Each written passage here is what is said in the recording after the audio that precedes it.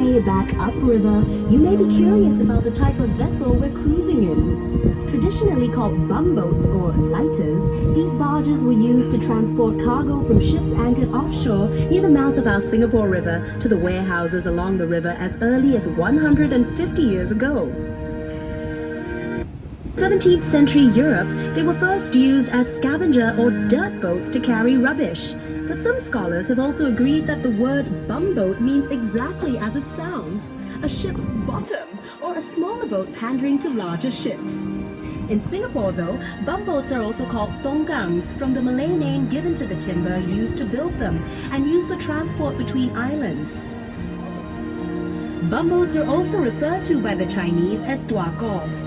These boats proudly originated in Singapore with hulls developed by the local Chinese.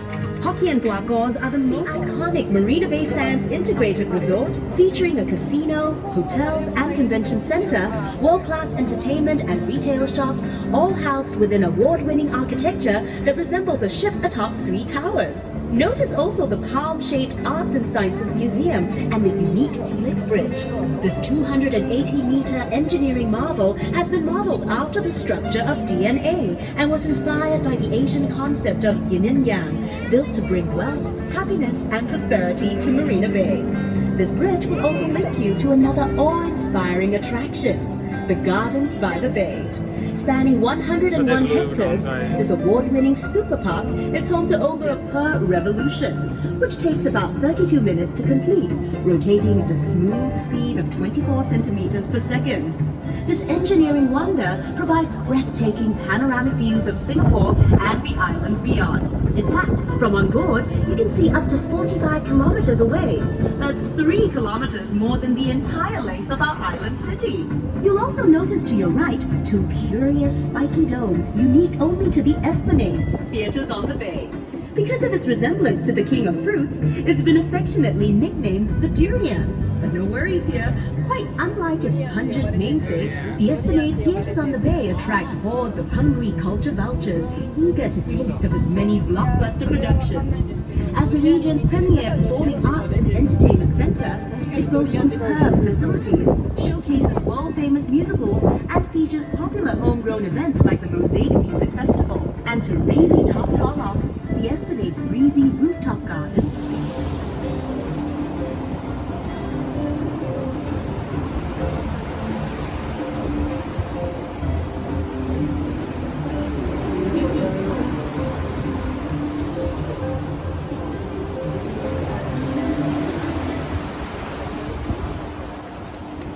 The green area to your right was once lined with lovely European-style houses that brought to mind the fashionable elegance of London's Mayfair.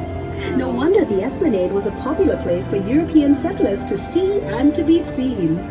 Back in the old colonial days, they would emerge from their houses to stroll along the Esplanade every afternoon. Here they would enjoy the sea breeze, exchange gossips, which comes in really handy since it supports the heavy weight of vehicles zipping back and forth daily.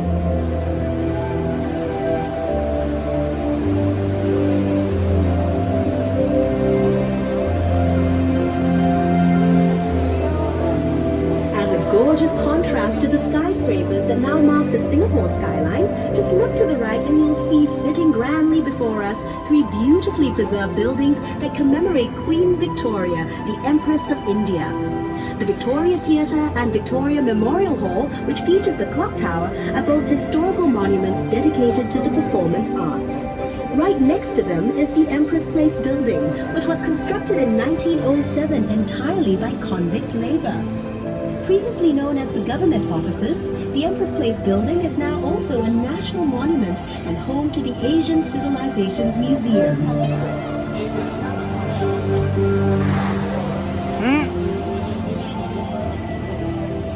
It's the Bank of China.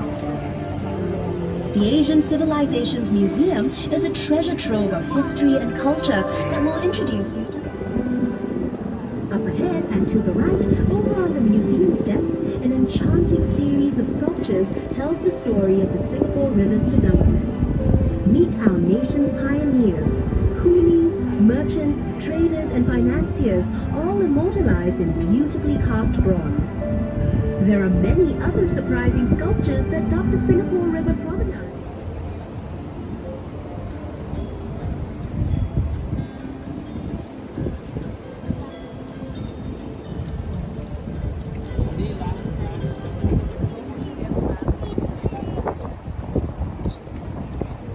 Marks the spot where Sir Raffles was thought to have first landed in Singapore in 1819. Back then, Singapore was only a sleepy little fishing village, but Raffles saw enormous potential due to her location along the main shipping route between India and China.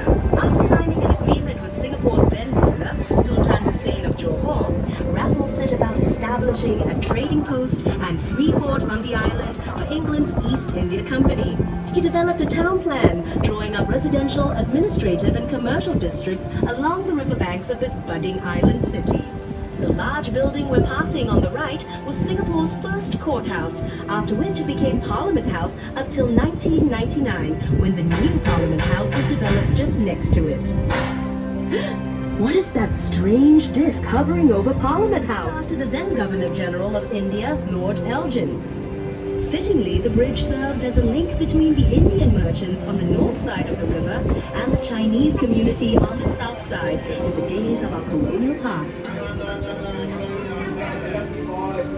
We're now approaching Coleman Bridge, named after its Irish architect, George Drumgold Coleman, for his invaluable contributions to Singapore's development. Appointed the first superintendent of public works in Singapore, Coleman brought with him an architectural style known as Palladian, a combination of Greek and Roman styles adapted for our tropical climate.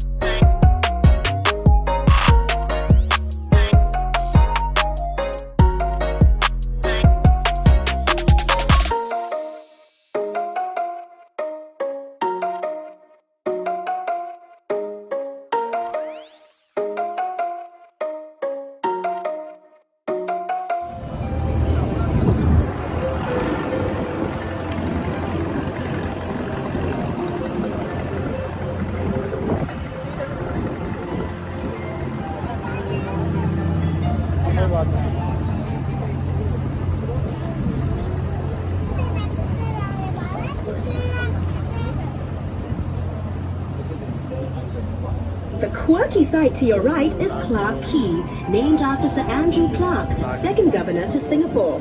From the late 19th century, Clarke Quay was the bustling center of commerce for Singapore. Hundreds of tongkangs or riverboats jostled bow and stern for a place to dock and unload their cargoes, human or otherwise, from the great ships anchored at the harbor. Tons of goods and produce were stored at the godowns or warehouses by the river, which are those buildings you see along the riverbank. One of the buildings here was Whampoa's Ice House, which belonged to Hu R.K., a prominent businessman from Whampoa, China. Way before refrigerators existed, he noticed a demand for ice in our hot tropical weather and had blocks of ice. Today, Singaporeans keep cool by sipping drinks al fresco by the river. As you can see, Clarke Quay has been transformed into a different but no less bustling port of call. Everyone flocks here for food, fun and riverside festivals. You may notice another bridge here. This one's called Reed Bridge, and it would seem yet another place for storytellers to gather and jianggu, or shuoshu, which means talking about the past or talking about 1889 का bridge देखो. Street hawkers, warehouse laborers, and others from the largely Teochew Chinese community would gather here nightly to be entertained. The storyteller would start by talking about the day's news and continue with riveting classic tales from ancient China. Each episode would last the duration of a burning joss stick, and the audience would pay just 1 cent in the 1940s and just 5 cents in the 1960s. Entertainment back then, and there were 2 Teochew opera theaters here. In the 1950s, admission to watch an entire performance was just 50 cents. But the common practice was to only pay 5 or 10 cents just to catch the last 10 minutes, which was the most exciting part of the show. Some might say this opportunistic spirit of frugalness endures amongst the most cunning of Singaporean businessmen till today. During festivals and religious events, the opera performances would be staged outdoors for all to enjoy free of charge.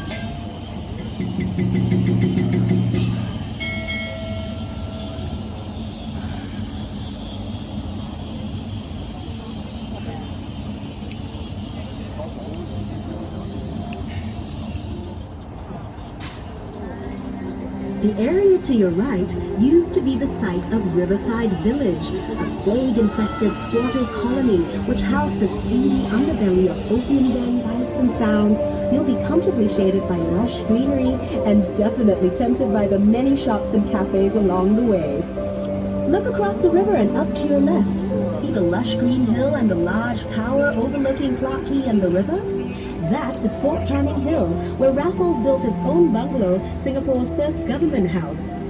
He also planted a spice garden, Singapore's first experimental botanic garden, to cultivate commercially important spices. The hill was later used by the British as an arms store, barracks and hospital, which probably led to its final name, Fort Canning. But way before the British arrived on our shores, Fort Canning was the place where ancient Malayan royalty once lived and were laid to rest. It was considered so sacred that it was known as Forbidden Hill. Forbidden because commoners were not allowed.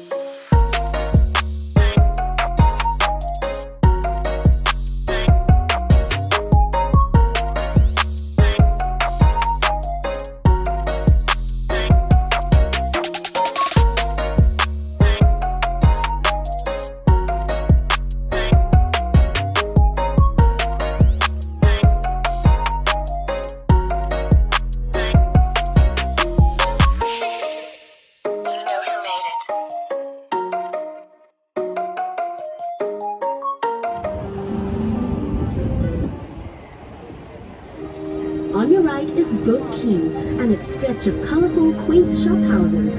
It was completed in 1842 and Singapore's very first quay. At its peak in the 1860s, boats were traded by the merchants who had set up shop in that row of buildings on the bank. Some of those goods included seafood, spices, and rubber. The precious cargo was shouldered across gangplanks by immigrant laborers known as coolies, whose blood, sweat, and tears formed the very backbone of our nation's rise to prosperity. Wonder why all the shophouses are concentrated on just one embankment of Boat Quay? Well, legend has it that the Chinese immigrants chose to set up home only on the south bank of the river.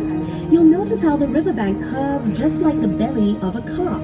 In Chinese culture, this majestic fish is an auspicious symbol of good fortune and a great place to store wealth.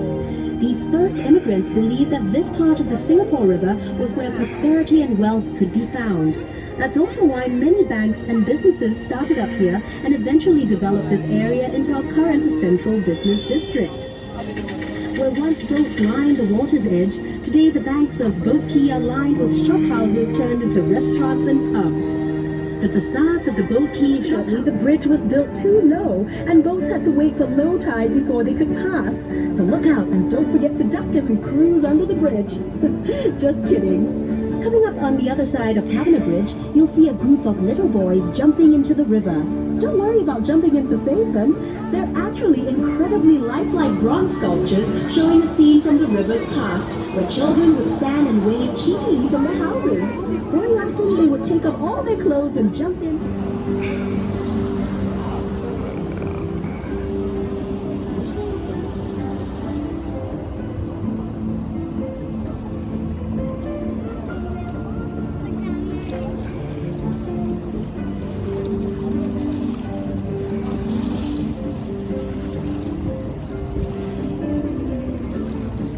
of Temasek, which means sea town in Javanese. But according to legend recorded in the Malay annals, Prince Sang Nila Utama renamed it Singapura, meaning Lion City in Sanskrit, after he spotted a lion on its shores. The lion's head represents the lion spotted by the legendary Sang Nila Utama while its fished beginnings as a fishing village. Measuring 8.6 meters high and weighing 70 tons, the Malayan sits on reclaimed land looking out to sea. She attracts millions of visitors a year who make the trip to Malayan Park to photograph this world-famous icon right here in scenic Marina Bay. Take a peek behind the Malayan and you'll see a baby Malayan. Believe it or not, its scales are made from pieces of porcelain repurposed from spoons, bowls, and plates. Next to the Malayan and her cub is a luxurious lifestyle. And there you have it. We finally come full circle, traveling from the heart of Singapore and along its vital